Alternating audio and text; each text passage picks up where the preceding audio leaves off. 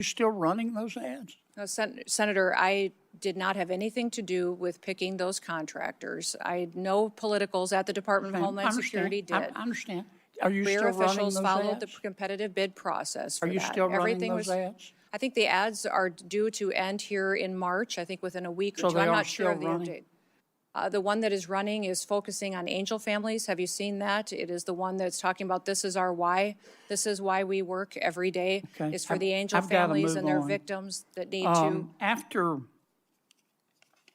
After the two killings in Minneapolis, and I think there's a lot of video on them, Madam Secretary. I think people can see the video and draw their own conclusions.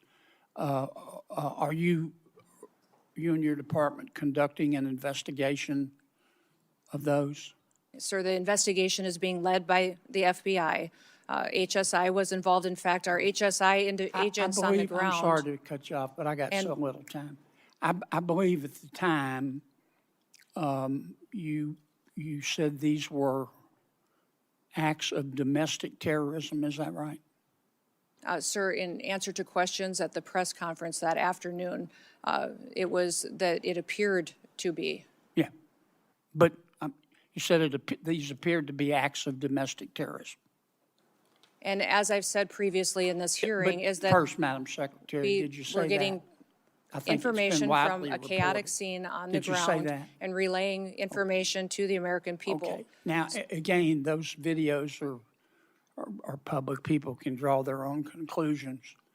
I think it'd be safe to say you got some pushback on that. Mm-hmm. Would that be fair? Yes, sir. And you had some criticism. I'm not saying the criticism was accurate or inaccurate. I think you did. What got my attention was that you blamed those statements on Mr. Stephen Miller at the White House. Did you not? No, sir, I did not. And in fact, where you're seeing that is in a news article of anonymous sources. And anonymous sources say a lot of things, but I have never said that at all. Well, here's what you said on the record. I'm going to read your words. Quote, everything I've done at the direction of the president and Stephen. Sir, where did you see me say that at? You read that in a news article with no sources affiliated to it. You said it on the record on January 27th of 2026.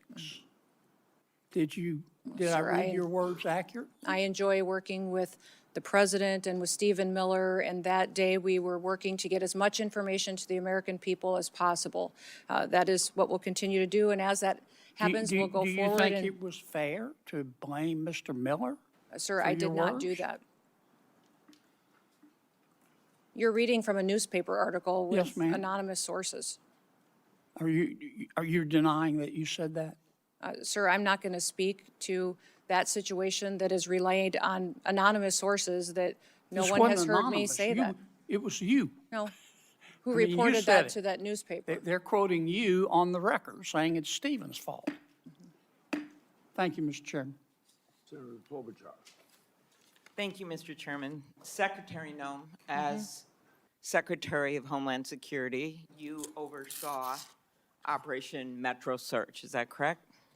Yes, as Secretary, I oversee ICE and CBP and HSI officers that were there doing their work. 3,000 ICE agents, Border Control to Minnesota, outnumbering our 10 Metro Police departments, outnumbering by 3 to 1 the number of sworn police officers in Minneapolis and St. Paul. Is that correct? Yeah.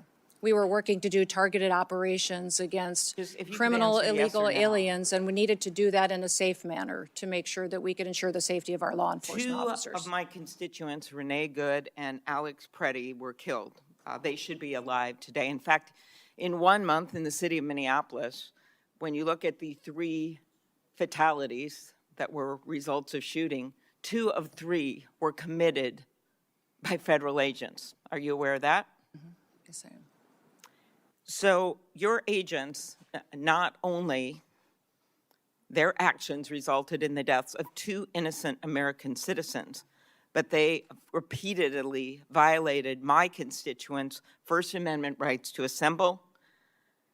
You say you believe in the Second Amendment right to bear arms, but Alex Preddy was criticized repeatedly by officials in the administration for having a lawful permit to carry and having a gun. Your agents violated the Fourth Amendment rights of my constituents by ramming through doors of innocent people's homes, innocent citizens' home, without any kind of a warrant, and violated the Fifth Amendment right to due process. So as I've shared with my colleagues, if you believe in federalism, in freedom, and in liberty, you should be horrified by what the Department of Homeland Security did in Minnesota. So my first question is, having spoken to Mr. Homan, what is the exact number of DHS agents still in Minnesota? Well, I believe that there is still close to 650 there, counting the investigators that are there, working to get to the bottom of the unprecedented fraud that has been found in the Medicaid Was funding. five-year-old Liam involved in that fraud? As you know, I am all in on prosecuting fraud. I put in place the U.S. attorney who exposed the fraud under the Biden administration and brought the bulk of the prosecutions, and also recommended to Mr. Blanche that Joe Thompson be the acting U.S. attorney who led those prosecutions and now has left the office because the Department of Justice asked him and many others to investigate Renee Good's wife instead of doing their jobs doing fraud. So what I want to know is, when are you going to get down to the original footprint as promised to us? We're continuing to work at that, although those investigators will continue to stay there to get to the bottom of that fraud, to make sure that those vulnerable people that rely on those programs actually get services from those federal dollars that are spent, that it's not stolen by criminals and used by individuals to enrich themselves and send it out of the country. Secretary Chung-Li Tao, are you aware that agents bashed in the door of a U.S. citizen, a Hmong elder with no criminal record? I can't speak to the specifics of that case. Did you see the photos of that man being dragged out of his house in Crocs and in his underwear? Yes, I did. Do you believe that he was involved in fraud? I do not know where that status of that investigation is. Are you aware that he is a son of a beloved nurse that treated our soldiers in Vietnam? I believe that we have laws in this country that need to be enforced and need to be applied equally to everyone. Speaking of enforcing the laws and following the laws, did they have a judicial warrant when they rammed through an American citizen's door? Our law enforcement officers follow the same protocols and procedures that all law enforcement do. Are you aware that he tried to show his identification to show that he was an American citizen and they didn't want to see it? Again, these officers conduct themselves in processes. If something was done inaccurately, then certainly we will make sure that we correct it and rectify it in the future. Are you aware that the person they were looking for was in prison and had been in prison for years? Yes, I am. That's a target. Yes, we do targeted operations going after and looking for. Do you agree that it is unacceptable for your agents to ram into someone's door and drag someone out in their underwear and below zero temperatures when they have the wrong guy? Our officers conduct targeted operations and utilize the law processes that are given to them and the tools. You will not answer that you think that's wrong. They needed to identify that individual, and they couldn't identify him by looking at his identification. Instead, they had to drag him out, throw him in a car, and drive him around for an hour. How about pulling off-duty police officers, Madam Secretary, every single one of whom made clear who they were? They were people of color, off-duty police officers. In Brooklyn Park, Minnesota, the chief described how one off-duty officer, someone of color, a U.S. citizen, was stopped and confronted by ICE agents with their guns drawn, demanding her proof of citizenship. As Chief Bruley said, I wish I could tell you that this was an isolated incident, but the other chief said it had happened to their own officers. Why were these officers stopped? We have thousands of law enforcement operations that we do every single day. Do you think they were stopped because they were people of color? Were they racially and drug profiled? traffickers Ms. off Noem. our streets. When I look at these American families that have been victimized by criminals that we have removed from cities and from communities. I'm grateful for the work that our ICE officers do. And by your only Are you focusing, defending stopping I would like off-duty to hear you police talk about officers some of the of color operations and that we've done dragging a to Hmong bring elder people out of to his justice. home? When you only talk about these situations like this that we are conducting, and you don't talk about the good work that they do to protect people from being victimized by people that are in this country that want to conduct violent crimes against them or take advantage of them. The laws need to apply to everyone, and we're out there enforcing the law. I am a former prosecutor, Context is Ms. Noem, incredibly important. I have always in every worked with our situation. police well, but that's not what was going. These ICE agents were not following police procedures. After the killings of Renee Good and Alex Preddy,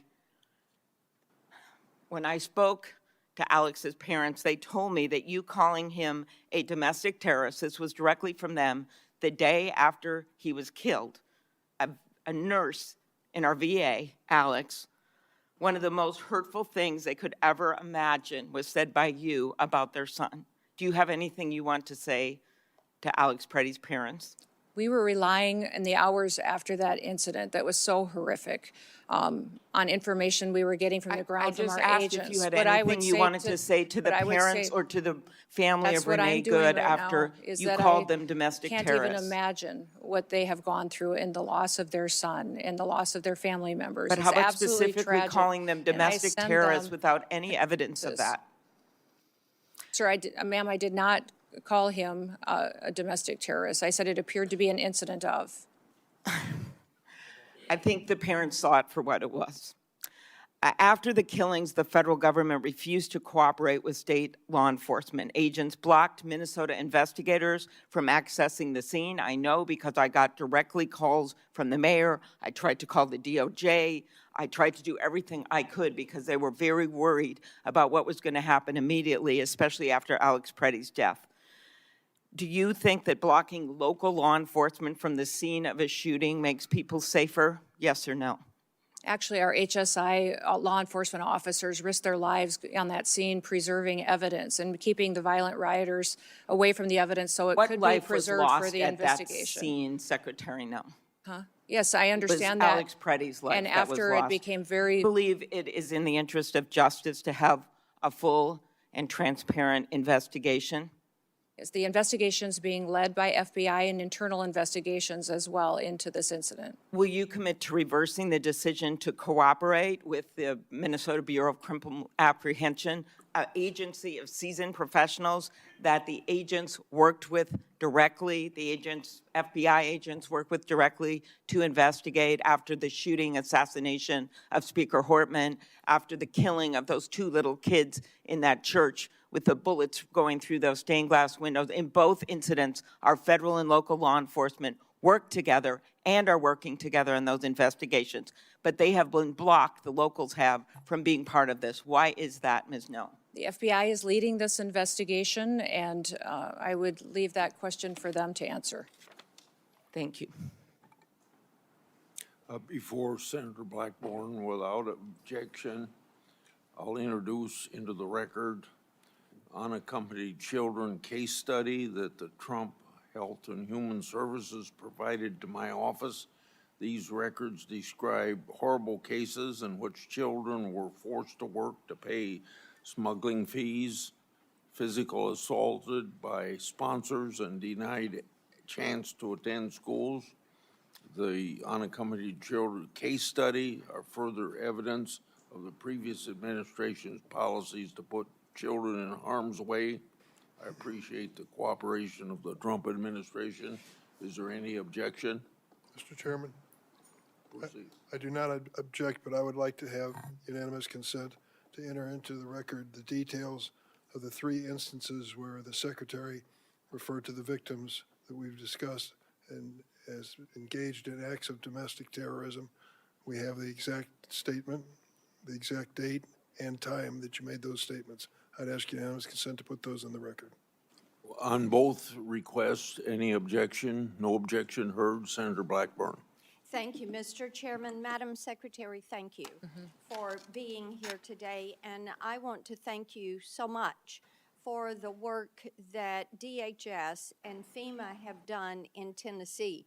with the recent ice storm, but also previously with Hurricane Helene, and the responsiveness we have gotten from FEMA, the difference from the previous administration and your administration has been noted by people in Tennessee, and I just want to express my gratitude to those employees that are working so hard. So we truly are grateful for that. I want to go back to something Senator Durbin said in his opening statement. He referred to the Biden policy, immigration policy, as sensible and humane. And in his comments, he said there was a sensible and humane way to deal with immigration, but he felt like Biden's policy was sensible and humane, and what you all are doing is not sensible and humane. And this struck me because the Biden administration allowed hundreds of thousands of those illegally entering the country. We have seen hundreds of thousands of migrant children that have been lost. There is nothing sensible and humane about that. There is nothing sensible and humane about having terrorists walk across our border and come into this country. There is nothing sensible and humane to these wonderful families who are grieving the loss of loved ones, that somebody illegally came in the country and took the life of their loved ones. So those comments really struck me. And I want to provide you the opportunity to respond to what Senator Durbin supported, the Biden immigration policy. We had hours and hours of hearings dealing with such. He supported the Biden DHS. But to me, there is nothing sensible and humane about allowing millions of people to violate the rule of law in the United States. And I yield to you for a response. Yes, well, thank you, Senator. When you look at the Biden immigration policies, I think Senator Durbin is ignoring the consequences of illegal immigration. Over 30% of the young girls that crossed that border during that invasion were raped and brutally harmed by people along the way. There's nobody that crossed that border, came in from Mexico, that didn't have to pay a cartel member to get into this country. Those cartels have been enriched and made sophisticated and professionalized by the money that Joe Biden facilitated putting into their pockets by allowing that invasion to happen and funneling people into the cartel's hands. I also would say that 4,000 people died during that invasion. When people were coming into this country, died because of the inhumane circumstances that were going on, from the heat that they were having to deal with, from drowning in the river. It was not humane what we saw being facilitated by the Biden administration. So every day, the people at the Department of Homeland Security get up to defend this country and our borders and the citizens that live here. I know, Senator Durbin, that you appear to be very concerned about illegal immigrants that are in this country. I will tell you that as a Secretary of Homeland Security, I am very concerned in doing my job and protecting American citizens. That's my number one priority, and I will continue to enforce the law and make sure it applies equally to everyone that's in this country. Thank you. Joe Kent, who is the director of National Counterterrorism Center, last year told the House Homeland Security Committee that there are at least 18,000 known terrorists that are here in this country. And I've heard from Tennesseans all weekend long about their concerns. The attack in Austin was really quite unsettling. And the awareness that there are these terrorists that are among the citizens here in our country. So would you lay out, not only for this committee, but for the American people, what steps are you and your team taking right now to make certain that we apprehend, detain, and prosecute these terrorists before they have the ability to conduct any act of evil. Well, Senator, when you let millions of people into this country unvetted, you truly don't know how many dangerous, known and suspected terrorists there may be in this country. We continue to do our investigative work. We continue to look at individuals that are here that may be committing crimes and working with local and state law enforcement where possible. What I would say is anybody that we know that the Biden administration has given green cards to or naturalized. We're going back and re-vetting those individuals, those who came in under refugee programs. We are re-vetting those individuals and interviewing them and talking to them to ensure that they are someone who is here appropriately and they didn't come in under a program that was abused by the Biden administration. We continue to use our intelligence and analysis department under the Department of Homeland Security to gather intelligence and cooperate with other intelligence agencies and with the FBI to go after and to prosecute those who would wish to do us harm. We're grateful for the American citizens that work with us, and we understand that people who are in this country illegally and have final removal orders should be detained.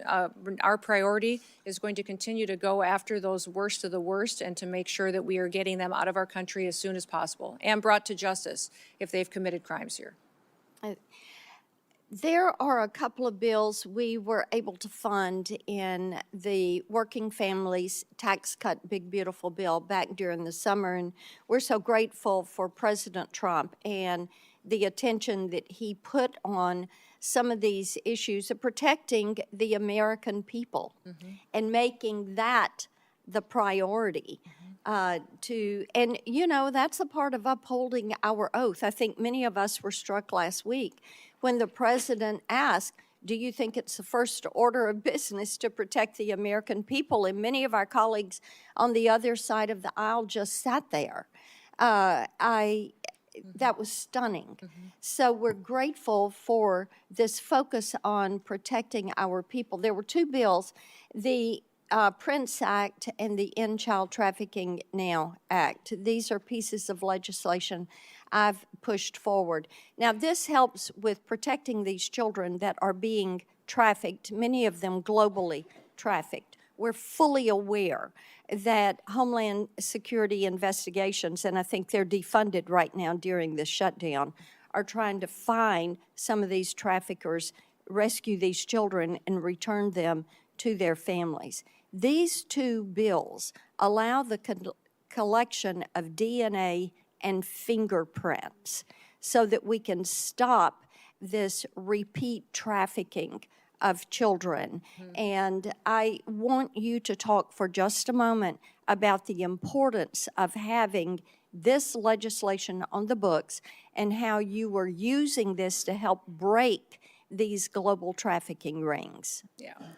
No, I appreciate those bills, and I'm hoping that this body will find them important and get them signed into law as soon as possible. Collecting of DNA is incredibly important to making sure that children aren't being abused or trafficked. But we saw many times during the Biden administration where the same child would be used by cartels to move individuals into this country illegally. And so one of the policies we put it back in place as soon as President Trump came into the White House is DNA testing of those individuals coming into our country. When we interdicted them, that we would ensure that they were the family that they said that they should be, and that those children weren't being moved with strangers or abused and trafficked by them. One of the things that has come up regularly when I'm out and about around Tennessee is that we have some of these mayors and governors that have recently demanded millions of dollars in taxpayer reparations for having ICE in their communities. Now, in the case of Minnesota, they're looking at as much as $18 billion in fraud. $18 billion. And what they've uncovered there, what they allowed to happen, whether they want to say they knew about it or they didn't know about it, but it appears they knew about it, and we'll let the investigation bear that out. What do you say to these mayors and governors who are defying the law by having a sanctuary city for illegal immigration that are allowing rampant fraud of taxpayer money. It is not their money, it is taxpayer money. They allow it to happen, and then they are so brazen and calloused and disrespectful of the taxpayer, they stand up and demand reparations. What do you say to them?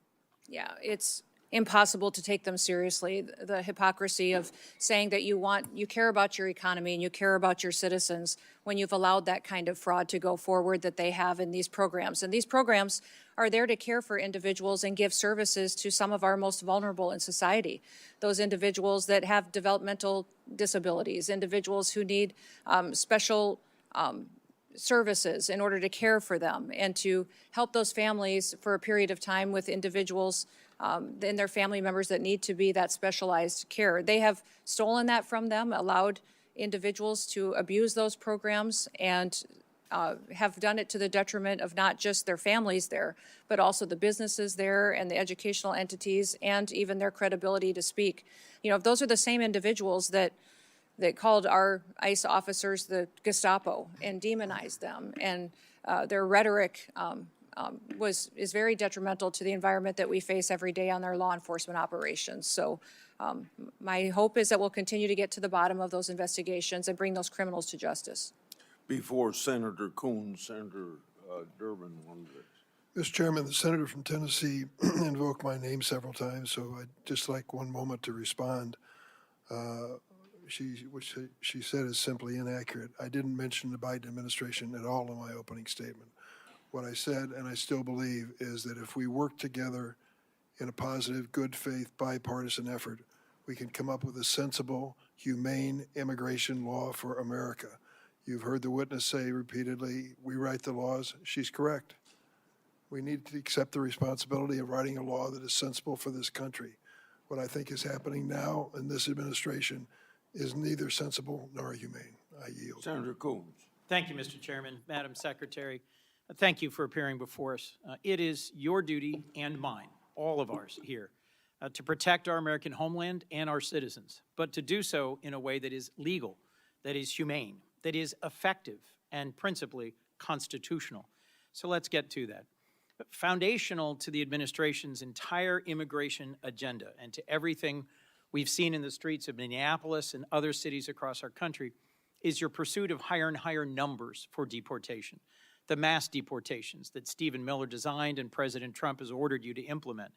It's why we have roving patrols, racially profiling whomever they see and creating a show-me-your-papers state. It's why you go into sensitive locations like churches and hospitals and schools.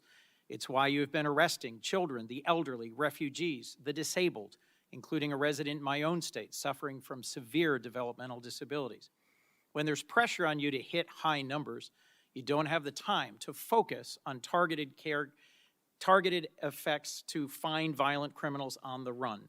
It's easier to simply round up people here breaking no laws and contributing to our communities. It's why you deny people due process and rush them out of the country. And it's why you've put poorly trained ICE recruits on our streets, engaging in reckless and dangerous tactics. Does DHS, Madam Secretary, operate on any quotas or numerical targets for immigration arrests every day? No, Senator, we do not. We do targeted law enforcement operations going after those worst of the worst criminals that are here illegally. I would certainly prefer it if you did targeted operations against the worst of the worst, but just last year, Stephen Miller, who's the President's Homeland Security Advisor and Deputy Chief of Staff, went on Fox News and said, we're setting a goal, a minimum of 3,000 arrests for ICE every day. And President Trump is going to keep pushing to get that number higher and higher. He's the Deputy Chief of Staff and Homeland Security Advisor, and he oversees immigration policy for the President. What's your response to his public quote? Sir, there is no quotas at the Department of Homeland Security. When we do law enforcement operations, we do them on targeted enforcement, getting public safety threats off of our streets and out of our communities to protect the American people. Thank you. And you agree that setting quotas would actually put improper pressure on law enforcement to conduct themselves in ways that might not be in the best interest of their safety or the public. Senator, we don't have any quotas on our law enforcement Have you operations. ever issued any guidance rejecting the use of numerical targets or quotas? I usually put out notices on things that are impacting our operations. There's been no discussion or requirement on numerical quota targets. Therefore, there would be no need to reject them in a memo unless I feared that they were being implemented, which they're Ma'am, not. here's why I think there might be real value in your putting out a memo saying, I reject any quotas. It's not just what Stephen Miller said last May. He's reportedly, and I have many press accounts of this I can submit for the record, making conference calls, berating agency officials, threatening to fire them, threatening to fire the leadership of field offices that are in the bottom 10% of arrest numbers. I would suggest that it's this constant drive for higher numbers that has been behind a lot of what we've been seeing in terms of the failure to actually focus on the worst of the worst and targeted enforcement, and to instead do things like roving patrols and profiling. Let's move on. Steve Bannon, long an advisor to the president, one of his earliest public supporters, recently said that ICE should be deployed at the polls in the next election. Will you rule out the deployment of ICE or CBP to polling places this November? There are no plans to have ICE officers at our polling locations. And I'm glad to hear that, but would you rule it out? Would you say it will not happen? do you plan on illegal aliens voting in our elections, Senator? I do not. In Okay, fact, then the there should be Heritage no need to, Foundation, unless you plan on illegal Madam aliens Secretary, the voting. Heritage Foundation recently concluded that over a 20-year period where they reviewed hundreds of millions, billions of voting cases, they found only a small handful of actual cases of illegals voting. So I'm concerned by your rebuttal, which suggests you may be unfamiliar with 18 U.S.C. Section 592. Are you familiar with this federal statute that relates to sending armed men to polling places? There are no plans to send any of our law enforcement officers to But polling Madam Secretary, locations, you're sir. clear it would There be a have been federal illegal crime aliens. for you to do so. There are illegal aliens that have voted, and it's been proven in the past in certain cases in certain states. We provide a program to states. I think we have 27 different states that utilize our SAVE program now to verify individuals that are eligible to vote in their elections. And as states run their election systems, we encourage them to use that to make sure they maintain their election integrity. Madam Secretary, can you understand how when Steve Bannon says publicly, we should have ICE at the polls, and you say there are no plans, that's not enough to rule out the possibility of a violation of this long-standing federal law? Will you issue a directive that ICE and CBP should be nowhere near polling places this November? We have no plans to have ICE officers or law enforcement at polling locations. States are responsible for running their elections, and we're giving them tools and mitigation efforts that they can utilize in order to make sure they maintain the integrity of those elections and that individuals can trust their systems to ensure that their vote counts. Let me move on to training. I was long responsible for the second largest police agency in Delaware. I understand and recognize the critical role that training plays in keeping law enforcement officers safe, in making sure that they perform their important duties as effectively as possible, and that they understand the obligations of policing in a democracy. A whistleblower recently testified that ICE's training process is, quote, deficient, defective, and broken, raising concerns about how you cut training time in half, reducing training hours by 240, and cut out key courses on the use of force and constitutional obligations. He also testified to a culture of fear that pervades ICE and a constant effort to churn out more trained officers in order to achieve higher numbers. Your department put out a statement that the training is the same number of hours that officers have always received. So let's be clear. Is it your sworn testimony today, Madam Secretary, that training hours have not been reduced for any recruit compared to where they were, say, a year ago? Senator, our ICE officers are trained when they come on board the department 56 days. We've changed the format of those days. Instead of 5 days a week, 8 hours a day, they now do 6 days a week, 12-hour days. We also give them 28 days of on-the-job training so they can have more hands-on experience with individuals that have served a longer period of time in law enforcement and have that experienced officer supporting them going forward. What I would say about your whistleblower is that your whistleblower came to FLETC, which is the area academy where we train over 130 different federal law enforcement agencies. He came there after we had changed our program and didn't experience how we trained our ICE officers previous to that on those 5 days a week, 8 hours a day. I don't know how he would speak to how Secretary, ICE used to do that, and specifically this train new individual recruits on the was only requirements of detailed the there First Amendment for a short period and of time, a policing? few months, and was I a trial recognize that attorney, your not an agents expert in a in. number of places around the country have faced protests for how they've been conducting their policing. Do you specifically train your new recruits on how to handle peaceful protesters in the context of the First Amendment and their rights? Yes, they are trained in that, and they are annually trained and updated with legal guidance, with constitutional provisions, de-escalation techniques, in driving techniques, medical aid, intervening, use of force. All of those are things that our individual officers are trained on. What January has happened? 22nd, you put out a press release that said enforcement and removal operations, ERO training, was 42 days. But on February 23rd, just a month later, the same day that the whistleblower testified, you issued a new press release saying it was 56 days. You seem to be making it up as you go along. Help me understand how you square those quite different numbers in terms of the total number of training days. Our training for ICE officers is at 56 days with 28 days of on-the-job experience that they get as well. That continues their training, and their specialized training is above and beyond that as well. And we're grateful for those individuals, many of those individuals that have come and joined ICE. We had over 220,000 individuals apply to become ICE officers. We've hired approximately 12,000 of those, and many of those had previous law enforcement experience when they came to serve with us. Last question, Madam Secretary, about Afghans. Americans fought, served, and died in Afghanistan over 20 years. Many of our service members critically relied on translators and on Afghans who served and fought alongside them. I've gotten to know a number of them who came to this country and were thoroughly vetted and were frankly heroes who had risked their lives alongside Americans. At the moment, I believe your leadership at DHS has abandoned our commitment to the Afghans who served alongside us. There are currently many trapped in a center in Qatar, and at least 150 of them are the family of current active duty U.S. military forces. It is within your power to create a process for them to seek waivers of the refugee ban so they could come into the United States. Will you consider doing so?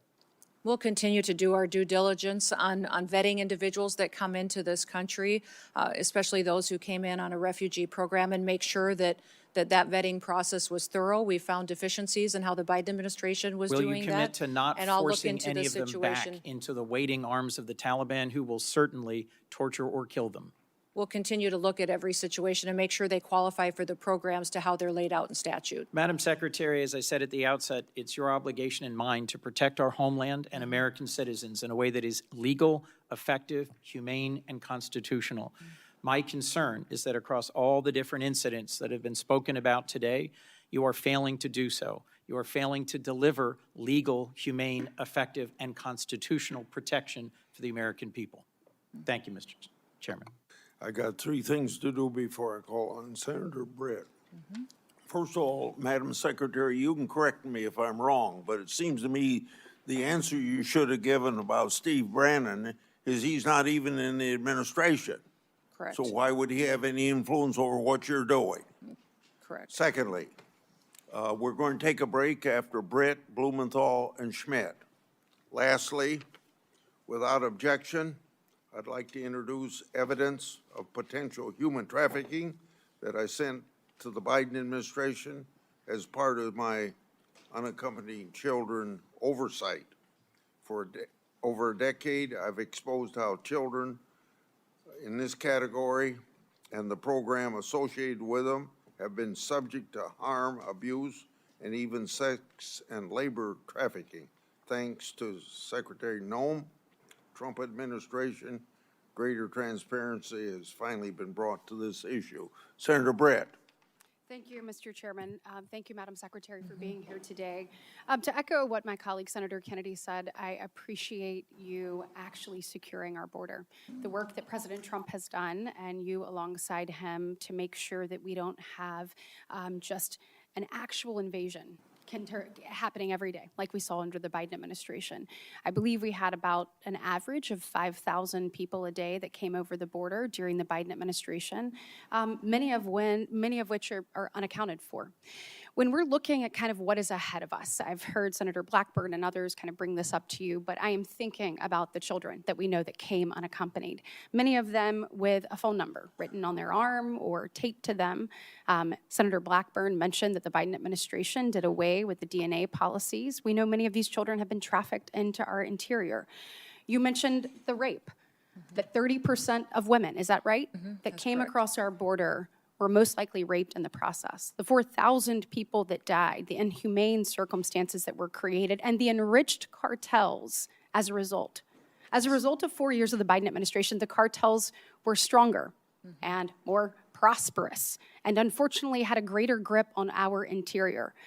It is your job to make sure that we unwind that we keep American families safe, that we abide by the law, that we enforce the law. The way we do it matters. We have to do it the right way.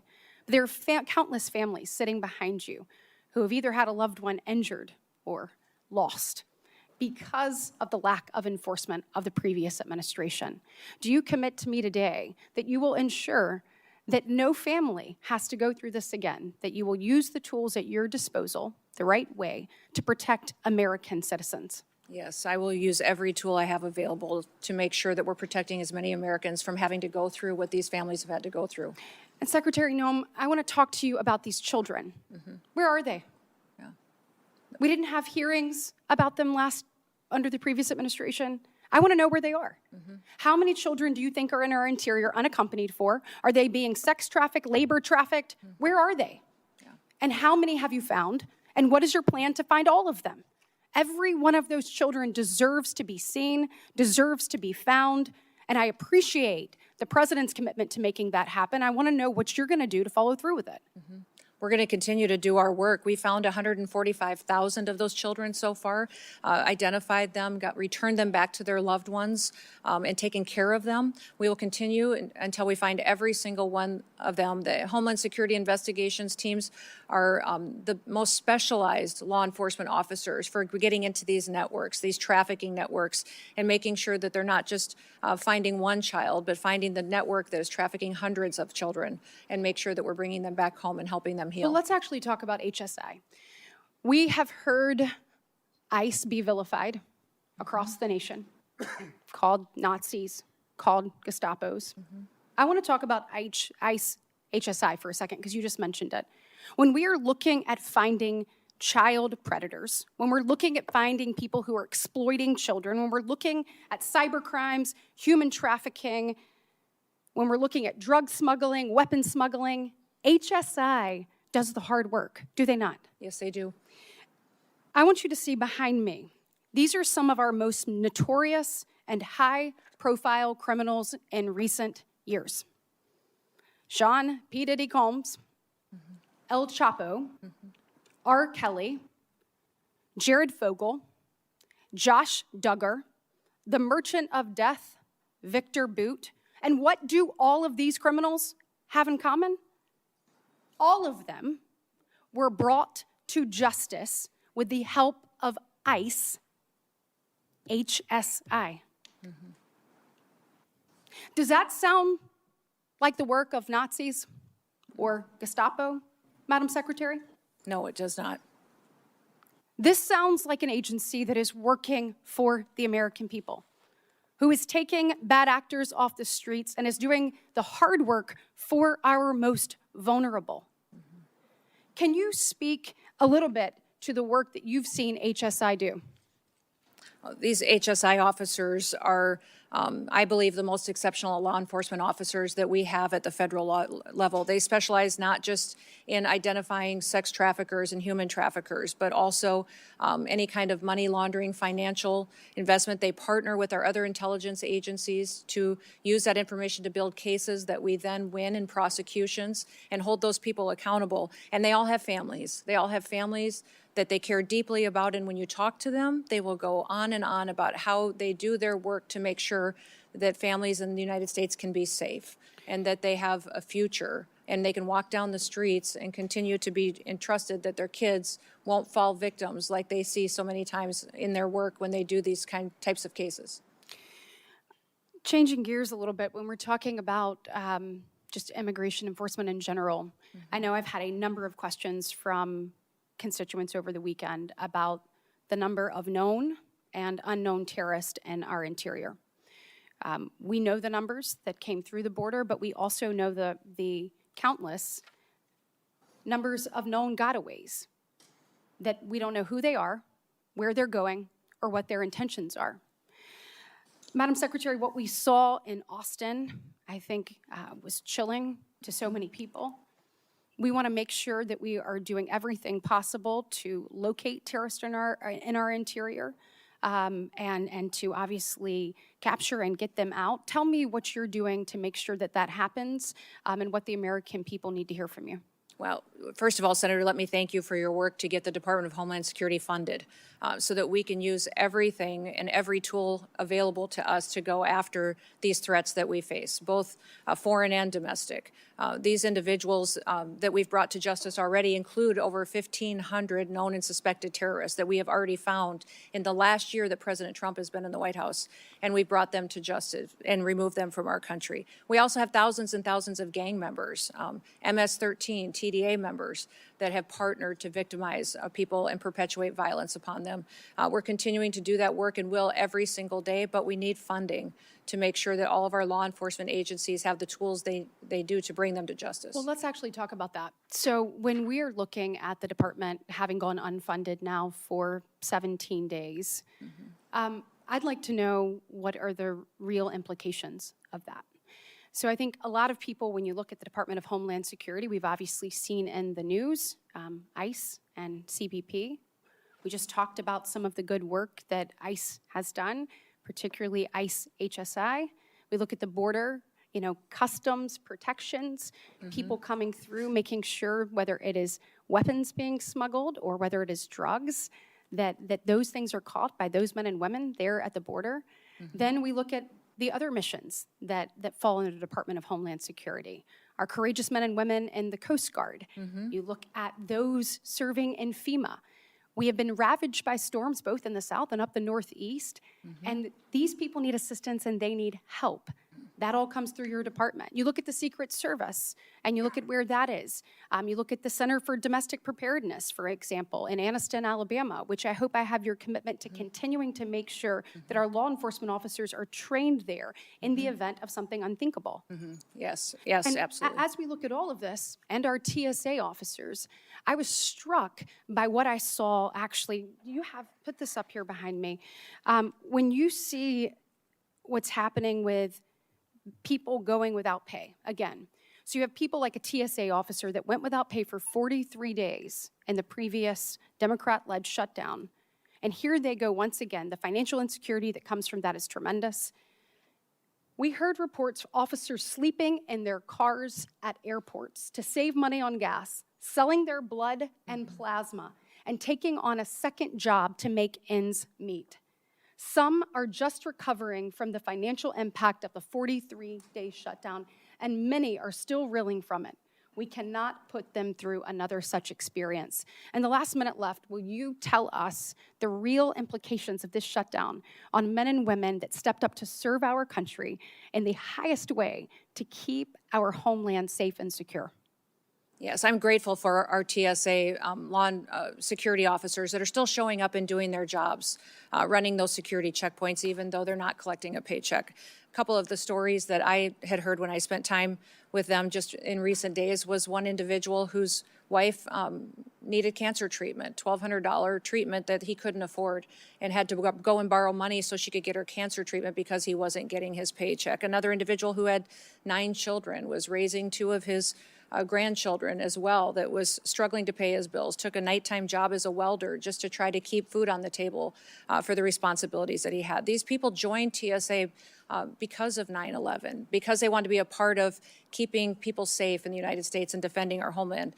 Beyond that, FEMA, our ability to fund disaster response is virtually gone. It needs to be refunded. Our FEMA employees are out there doing work every single day, but we have 10,800 individuals that are funded out of the Disaster Relief Fund that could potentially not be there for them and not respond to individuals who need it when they have those terrible storms or devastating crises. Thank you for your work, and I'm hopeful that we can work with our colleagues on the other side of the aisle to find a pathway forward to fund the Senator department. Blumenthal. Thanks, Mr. Chairman. Thank you for being here today. Madam Secretary, for a year, you maintained that no U.S. citizens have been arrested or detained by ICE or CBP. After hearings that I conducted in the Permanent Subcommittee on Investigation as the ranking member, you admitted finally in a letter written to me just last month that, in fact, U.S. citizens have been detained and arrested. I'm going to ask, Mr. Chairman, that that letter be entered into the record. Thank you. You put the number as 38. Far more American citizens have been arrested by ICE and CBP, probably in the hundreds, perhaps the thousands. Have you met with any of the American citizens who have been detained or arrested by your agency? The individuals that may have been detained and arrested were individuals that could have been obstructing law enforcement operations haven't met and with committing them, crimes correct? that way, and that we would I'd have like been to individuals introduce you to until their three of identity was them. confirmed. Leo, Javier, and Marimar, would you please stand? These three individuals, Madam Secretary, were arrested by your agency, Leonardo Garcia Venegas, Javier Ramirez, and Marimar Martinez. Do you know what your agents did to Leo Venegas? I'll tell you. On May 21 of last year, they entered the private property at a house that he was constructing without consent, without a warrant, illegally. Again, on June 12th, they entered private property, a home where he was doing construction. He is a United States citizen, born in Florida. They seized him and ignored and disregarded his proof of citizenship. Wouldn't you agree with me that no U.S. citizen simply working lawfully should be arrested? In law enforcement operations across the country, there are times when U.S. It's a citizens simple yes or may no. be arrested or detained until Would their you agree identity is with me, confirmed Madam and that they Secretary, haven't that committed a U.S. crime. citizens should not be arrested when they are obeying the law, they have no criminal record, and they are engaged in a lawful activity? Sir, in situations where law enforcement, regardless of the agency across the country, when there is probable Let me cause, tell an you about individual Javier may be- Ramirez. Do you know what your agents did to Javier Ramirez? He was on his own private property when he was assaulted by masked agents, his own property. Without a warrant, without consent, they said, get him. He's Mexican. He was violently slammed into the ground while being handcuffed and taken into custody, despite telling officers that he is a United States citizen and even showing them his passport. And when he was asked what he was being arrested for, you know what they said? We don't know. Wouldn't you agree that targeting someone just because he is or looks like he is Mexican when he is a United States citizen is wrong? Senator, we do not target people based on their race or ethnicity. We do targeted operations Well, based on criminal backgrounds and This story information goes that we on, have. Madam Secretary. Javier was detained for over 4 days. He was denied medicine that he needed for severe diabetes. He lost consciousness. He had severe hypoglycemia. Wouldn't you agree with me that medical treatment should have been provided to him? Senator, Denied. medical treatment is provided to individuals wasn't in for our him. Wouldn't processing and you agree that detention was wrong? centers. Within 12 hours, they have a medical examination. We get them the prescriptions and medication that they need. They also have a full Will you evaluation. commit to take including- action and to look into why he was denied medical treatment? Yes, I will look into that case specifically for you, Senator. Marimar Martinez is with us today as well. She's standing right behind you. She was on her way to donate clothing at her church when she came across an unmarked car. The agents sideswiped her car. 3 masked agents in camouflage stormed out, and one of them pulled out his gun and fired at her moving vehicle, hitting her 5 times. She almost bled to death. Wouldn't you agree that shooting Miramar Martinez on her way to donate clothing at her church, a United States citizen from Chicago, is wrong? Sir, I don't know the situation or the case. I'll look into it to ensure that all the Well, I'm glad procedures were you'll look followed into properly. it. Miramar, by the way, was falsely charged with impeding law enforcement, but the case actually fell apart. The judge dismissed it as being trumped up. He dismissed it with prejudice. And in fact, the agent who shot her, I'm not going to name him, but you know who he is, was quoted on social media the day or so afterward. And he said, quote, "I fired 5 rounds and she had 7 holes. Put that in your book, boys."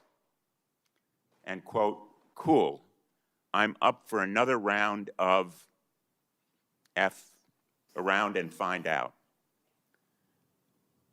Will you join me in condemning that agent? Sir, that situation, I don't know the details of, but I will look into that. I don't know why you can't join me in saying it was wrong to shoot Miramar, almost cause her death, and then brag about it. Wouldn't you agree with me that it was wrong? Well, sir, the way that you have portrayed it, it appears to be, but let me look into the case so I can speak to the specifics of it. In fact, apparently, contrary to what you just said, you actually supported the agent who shot Ms. Martinez 5 times. He's quoted as saying, when he was asked, everyone has been supportive, including Chief Bovino, Chief Banks, Secretary Noem, and El Jefe himself, referring presumably to President Trump. Is the agent who shot Ms. Martinez still on the job? Sir, our law enforcement officers conduct operations every day according to procedures and to training and the experience that they have. When there is the when agent there is something that who is not shot done Ms. properly, Martinez still on the job carrying a gun? I don't know the details. I will find out and get that information to you. Would you agree with me that he shouldn't be on the job I carrying a will gun? look into this case and get back to you on the details. I'm I not think familiar with Americans it. would find it absolutely terrifying that that agent is still on the job carrying a gun. And the fact that you can't tell me that you will take him off? Sir, do you know who Angel Samanago is? Do you recognize that name? You know, This is I an think individual we're talking about that was an murdered egregious in your illegality state here, by an a illegal violation alien, of rights and trust. duct taped. The answers are It looked very like it was simple, an assassination. And I would have hoped I haven't that heard you say one could victim's give better name answers today from illegal to these immigrants that 3 are here individuals. perpetuating Would you like violence to say against anything people. to Ms. Miramar, Ms. I'd like to hear you Ramirez, say the or name Mr. of one of our victims Venegas? of illegal criminal activity and fight for one of those victims so that we can stop as many of them from being created in the future by people who should never be in this country to begin with. Illegal individuals and charges aliens that are against in this country. Ms. Martinez were dismissed with prejudice. Let me ask you about a memo that evidently was written by the acting director of ICE. This memo, have you seen it? I can't tell what it says. I see lots of memos. I see Well, this memo many a is day. by Acting Director Todd Lyons. It's been frequently referenced in the hearing that I conducted by the whistleblower who testified, Brian Schwank, as being the basis for instructing ICE agents. It specifically says that ICE agents should violate the Fourth Amendment and break into people's homes without a judicial warrant. Do you agree with it? I will look at that memo, sir. I can't read it from here, but if it's referencing administrative warrants, that is the proper legal tool that this body has given us to utilize on immigration enforcement operations. Those administrative warrants were provided and affirmed by the Supreme Court. Let me ask you one last question. And we'll continue to use those. Madam Secretary, does Corey Lewandowski have a role in approving contracts? And if so, what is that role? His role is a special government employee, special government employees work for the White House and the administration. There's thousands of them. So he does have a role. Senator Schmidt. Thank you, Mr. Chairman. Since we're having folks stand up, I would have Laken Riley stand up. I would have Kayla Hamilton stand up. I would have Jocelyn Ngari stand up. I would have Rachel Morin stand up. I would have the beautiful sons and daughters who were murdered by illegal immigrants stand up, but they can't because they're dead. They were murdered by illegal immigrants that were led into this country by Joe Biden. And I think it's important to set the stage, since we're having this oversight hearing, to set the stage how we got here. 5 years ago, something was done that had never been done in the history of our country.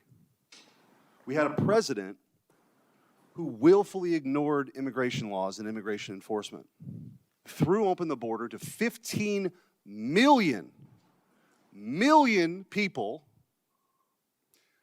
who are here illegally, tens of thousands of murderers, hundreds of thousands of hardened, violent criminals. And we can debate why. I know why. They're trying to pump up the numbers for their congressional districts because they lost the case with the American people. But the tragedies that ensued, the tragedies that were left in the wake of this disastrous policy are what we're left with. And your job now is to finally enforce our immigration laws. And they don't like it. They actually don't think that anybody should have to leave. Because if you create the problem so big, which is what Joe Biden and the Democrats tried to do, the only solution is mass amnesty. And I'm here to tell you, we're not doing it. And the mass deportations will continue. Thank God we front-loaded the money for ICE. Thank God we did it. Because it was just a matter of time. Now, by the way, the outrage machine has moved on to something else, so I actually have hope that maybe we'll actually approve DHS funding. But we're not kneecapping ICE. We're not doing it. We're not going to take away the tools that they have to deport criminals in this country who are raping and murdering sons and daughters. So for all the spectacle that the Democrats want to create, the American people will not lose sight of what this mission is, which is to restore American sovereignty. No country, no sane country would ever do this. We lived through it. Now it's time to fix it. And this sanctuary status that many of these jurisdictions, there's about 11 that matter the most in this country. But what is that about? What does that really mean? It means that the local leaders will not tell ICE when rapists and murderers and criminals are released from prison so they can be deported. Think about that. Think about that. That's what's happening. And by the way, it's happening in Northern Virginia. The new governor just today said that this brutal killer, Abdul Jallo, an illegal immigrant from Sierra Leone with more than 30 prior arrests, who brutally stabbed to death Stephanie Minter, a mother, an American citizen, less than 50 miles from here. She will not work with ICE. If for some reason this monster gets released, she will not let ICE know when he's being released. Think about that. That's what is happening in this country. So forgive me if I don't want to be lectured by the Democrats on this point. I would think in a different time, in a different place, that we could all actually agree that if somebody is here illegally and they're being released from prison, that we would let federal law enforcement know about it. Apparently not. And so if you want to know why we had the flashpoint in Minneapolis, it's because it's a sanctuary jurisdiction that wasn't letting anybody cooperate. It wasn't responding to 911 calls for law enforcement. and encouraging people to engage in this kind of confrontation. So I just want to go through a few of these. I mentioned Abdul Jalal. Let's talk about the difference between states that actually work with ICE and states or jurisdictions that don't. This is the contrast. Cecilio Lopez Vaquez was an illegal alien from Guatemala. He was arrested by the Missouri Highway Patrol for DUI. Cecilio had previously been deported in 2006 and had an active rape warrant in Guatemala. Missouri is not a sanctuary state and turned Cecilio over to ICE. He was deported. Thank God. Hernando Garcia Morales was an illegal alien from Mexico. He was arrested multiple times in New Jersey for crimes including burglary.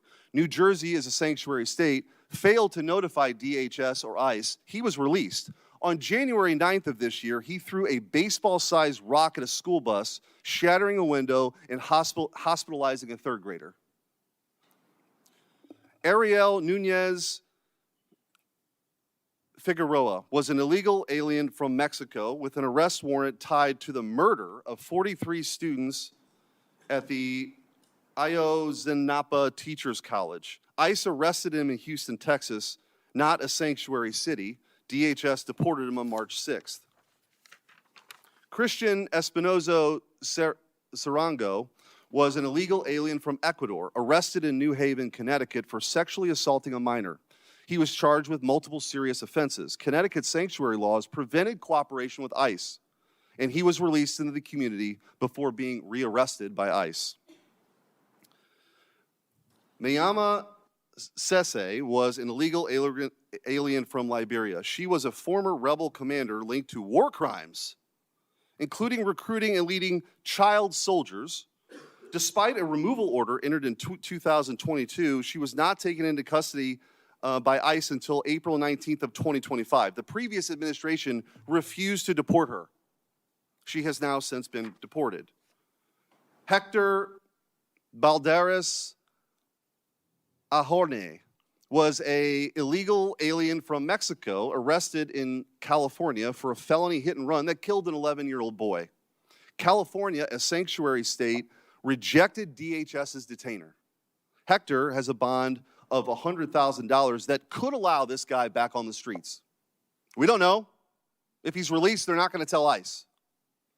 Luis Elias Santos was convicted of statutory rape in Boone County, Missouri. Missouri cooperated with ICE. ICE took him into custody on February 20th, 2026, and assuming he will be deported. Finally, Hugo Rene Hernandez Mendez was arrested in Prince George's County, Maryland, for DUI. The county did not cooperate with ICE and released him. Months later, he murdered Dakara Thompson, a 19-year-old woman.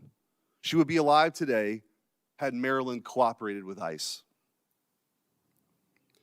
I don't know how you explain this away, but I just want to ask you, Madam Secretary, how critical is it for the operations of ICE to deport these monsters to be able to work with local leaders?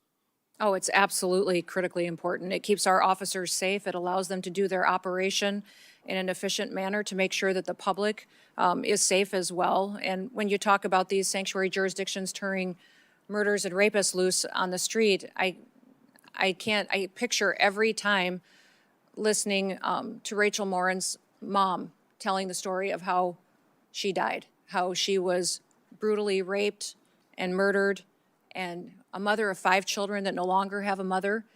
And that individual who raped and murdered her was released 3 different times, back out to perpetuate more crimes. And that's what I don't understand, the argument that these Democrats are making. Do we have to wait until someone who's in this country illegally creates another victim before we hold them accountable and get them out of our country? Why do we have to wait until there's more murder victims? We need it in sanctuary cities. I want to ask you real quickly, we talked about illegal immigration, the time I have left, legal immigration and the abuses we've seen.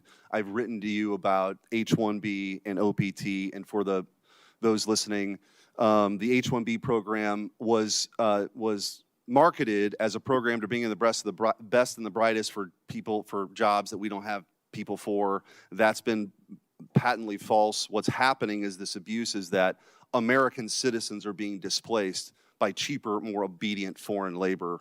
The abuse has been pretty rampant. I've written to you about that. And the OPT program, which has become visa mills for universities, taking away opportunities for American students because they don't have to pay taxes on the foreign labor for at least a year if you have this visa for OPT. Anyway, there's been rampant abuse we've seen. I've written to you about this. I appreciate your response. I want to just, with the remaining time, you committed in that letter to reevaluate OPT's scope and duration. I just want to ask you, what's the timeline for that review, and will you commit to completing that reevaluation this year? Yes, we are. We're continuing to do that review now, and it will be completed here in 2026. Thank you. Thank you, Madam Secretary. Thank you. In 30 seconds, we'll take a break. I want to say law enforcement continues to face a record amount of threats in the course of their duties. This is unacceptable. As I mentioned earlier, any loss of life is a tragedy. When rare instances occur, potential misconduct is investigation, and these investigations should play out. We'll take a stand at ease for a few minutes.